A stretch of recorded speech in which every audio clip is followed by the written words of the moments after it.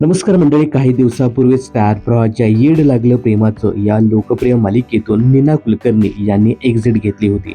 नीना कुलकर्णी यांनी या मालिकेत जीजी हे महत्त्वपूर्ण पात्र साकारलं होतं. या पात्राला प्रेक्षकांनी भरभरून प्रेम दिलं. त्यांनी स्टार प्रवाहाच्या या येड लागलं प्रेमाचं या मालिकेतून निरोप घेतल्यानंतर नीना कुलकर्णी आता नव्या मालिकेतून प्रेक्षकांच्या भेटीला येत आहे. तर नीना या जीजीच्या भूमिकेतून निघून आता मॉडर्न लुकमध्ये दिसणार आहे. कलर्स मराठीच्या नव्याने सुरू झालेल्या मी जिंकून घेईन सारंमध्ये नीना यांची भूमिका आहे. त्या छवीच्या बाईआजीच्या मैत्रिणीच्या भूमिकेत दिसणार आहेत. बाईआजीचा वाढदिवस साजरा करण्यासाठी त्या मालिकेत आल्या आहेत.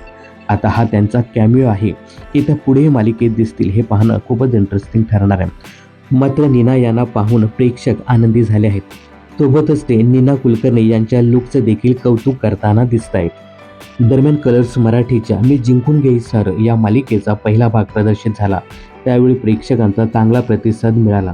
सोबतच छवी आणि तिची बाईआजी यांच्या नात्याचं देखील प्रेक्षकांनी भरभरून कौतुक केलं.